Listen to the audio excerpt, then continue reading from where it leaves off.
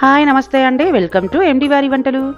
ఈరోజు వీడియోలో నేను పెసరపప్పు పాయసం అయితే చేసి చూపిస్తున్నానండి. ఇది చిన్న పిల్లల నుంచి పెద్దవాళ్ళ వరకు, మరీ ముఖ్యంగా చెప్పాలంటే బరువు తగ్గాలనుకునే వాళ్ళకి చాలా మంచి డైట్ రెసిపీ అనమాట. స్వీట్ తినాలనుకున్నా కూడా ఎలాంటి ప్రాబ్లం లేకుండా, ఆలోచించి పని లేకుండా హ్యాపీగా తినే స్వీట్ రెసిపీ. ఎందుకంటే ఇందులో మనం షుగర్కి బదులుగా బెల్లం అయితే యూస్ చేస్తున్నాను నేనైతే. సో దీనికోసం అయితే నేను ఒక చిన్న గ్లాస్ అయితే పెసరపప్పు కడిగి ఈ విధంగా ఒక 2 అవర్స్ అయితే నానబెట్టేసుకున్నాను.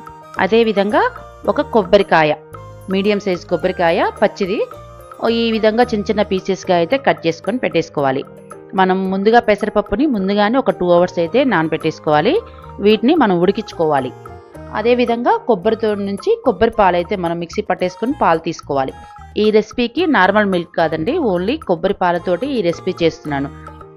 అందుకనే ఇది ఎవరికైనా సరే చాలా బెస్ట్ రెసిపీ అని చెప్పింది. అందుకనే వెయిట్ లాస్ అవ్వాలనుకునే వాళ్ళకు కూడా చాలా బెస్ట్ రెసిపీ అని చెప్పింది, అందుకనండి. సో మనం పెసరపప్పుని కుక్కర్లో అయితే ఉడికించుకుంటున్నాను. నేను పెసరపప్పుతో పాటు ఒక పెద్ద టేబుల్ స్పూన్ అయితే సగ్గుబియ్యం కూడా పెట్టేసుకున్నాను. వీటిని కూడా యాడ్ చేసి ఉడికిస్తున్నాను కుక్కర్లోనే. ఇదైతే పూర్తిగా ఆప్షనల్ అండి, మీరు కావాలనుకుంటే వేసుకోండి, లేదంటే స్కిప్ చేసుకోవచ్చు. మనం ఇందులో ఉడికించుకోవడం వల్ల మనకి సగ్గుబియ్యం ఎలాంటి ప్రాబ్లం లేదు, మనకి కనిపిస్తూనే ఉంటాయి అన్నమాట. సో నేనైతే కుక్కర్లో ఒక 3 విజిల్స్ అయితే రానిచ్చేసుకుంటున్నాను. పప్పు ఉడికే లోపల మనకి కొబ్బరి నుంచి కొబ్బరి పాలు అయితే తీసుకోవాలి.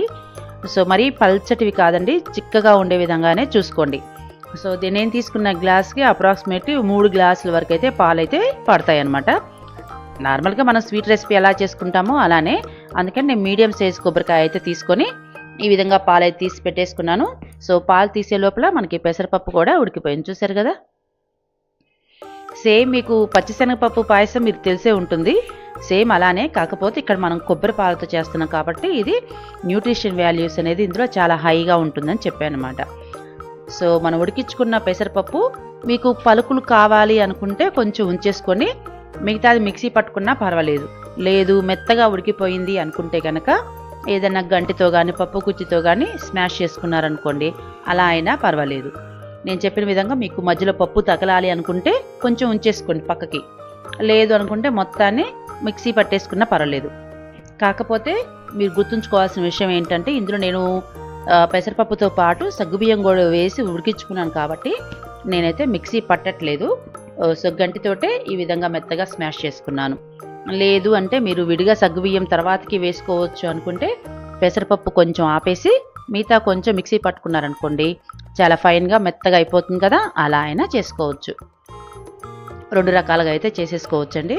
సో ఈ విధంగా ఒకసారి మొత్తాన్ని బాగా కలిపేసుకొని ఇప్పుడు ఇందులోనే మనం ముందుగా తీసి పెట్టుకున్న కొబ్బరి పాలు ఉన్నాయి కదా, వీటిని కూడా యాడ్ చేసేసుకుందాం. చూసారు కదా పాలు ఎంత చిక్కగా ఉన్నాయో. పాలు ఎంత చిక్కగా ఉంటే మనకి పాయసం కూడా అంతే టేస్టీగా ఉంటుంది. అదైతే గుర్తుపెట్టుకోండి ఎప్పుడైనా సరే.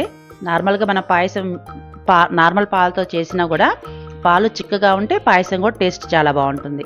సో పాలు పోసి ఒకసారి కలిపేశాక ఆ తర్వాతకి పొయ్యి వెలిగించేసుకొని పెట్టేసుకుందాం. ఆల్రెడీ మనకి పప్పు ఉడికిపోయింది, ఇప్పుడు పాలు ఉడికిపట్టాలంతే. ఇది జస్ట్ ఉడికిపడితే సరిపోతుందండి, అంతే. సో కొబ్బరి అనేది మన స్కిన్కి చాలా మంచిది.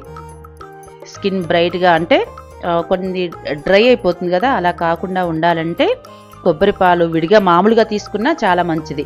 ఓన్లీ ఇలా పాయసాలలో కాకుండా నార్మల్గా మనం వేడి చేసుకున్న నార్మల్ మిల్క్ ఎలా తాగుతామో అలా తీసుకున్నా హెల్త్కి చాలా మంచిదండి.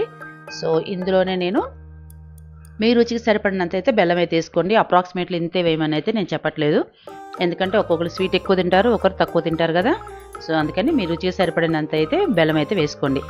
బెల్లం వేసుకోవడం వల్ల ఇది చిన్నపిల్లల నుంచి పెద్దవాళ్ళ వరకు ప్రతి ఒక్కరికి ది బెస్ట్ రెసిపీ అని అయితే నేను చెప్పాను. సో అవైతే ఉడకపట్టాలి కదా, జస్ట్ అవి ఉడికితే సరిపోతుందండి, అంతే. మనకి పాయసం అయితే ఆల్మోస్ట్ రెడీ అయిపోయినట్టే. సో ఇందులోని కొంచెం ఇలాచీ పౌడర్ కూడా వేసేసుకుందాం. ప్లీజ్ అండి, మా ఛానల్కి కొత్తగా ఎవరైతే వచ్చారో మా ఛానల్ సబ్స్క్రైబ్ చేసుకోవడం మాత్రం మర్చిపోకండి. అదేవిధంగా మా వీడియోస్ అన్నిటిని కొంచెం చూసి మీకు ఏదైనా నచ్చితే కామెంట్ చేయండి, లైక్ చేయడం మాత్రం మర్చిపోకండి. సో ఇవైతే ఉడికిపడుతున్నాయి కదా, అంతేనండి. మనకైతే